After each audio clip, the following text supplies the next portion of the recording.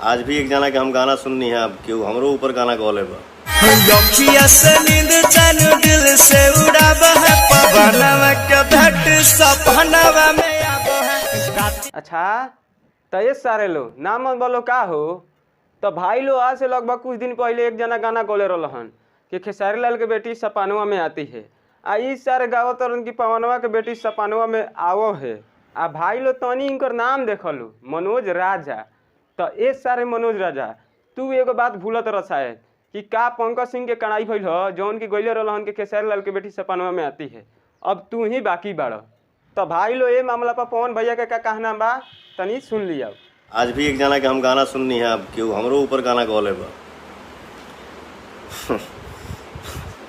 अच्छा बेटा, मान लो तुहार पवन सिंह के गाड़ी दे के तुहार अगर मन में खुशी होता तो के गुदगुदी आवता कि आहा हमने आज तो तीर मार दिया पवन सिंह को गाली दे के। ठीक है बेटा, तो आप खुश रहो, गाली दे खुश रहो, लेकिन ये सही नहीं है।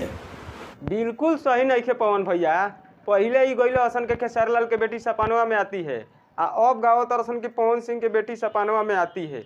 एक नी के यहीं छोड़ दिया नु कि आगे जाके इहो गा दिए सन कि दिनेश लाल यादव निरहुआ के बेटी सपानवा में आती है। तो खैर भाई लो ये मामला पर तार लो के का कहना बा कमेंट में बता सकत रहो। और साथ ही साथ वीडियो को लाइक करके चैनल के भी सब्सक्राइब कर दी हलो। मिला जाएगा और नेक्स्ट वीडियो में, तब तक के लिए बाय।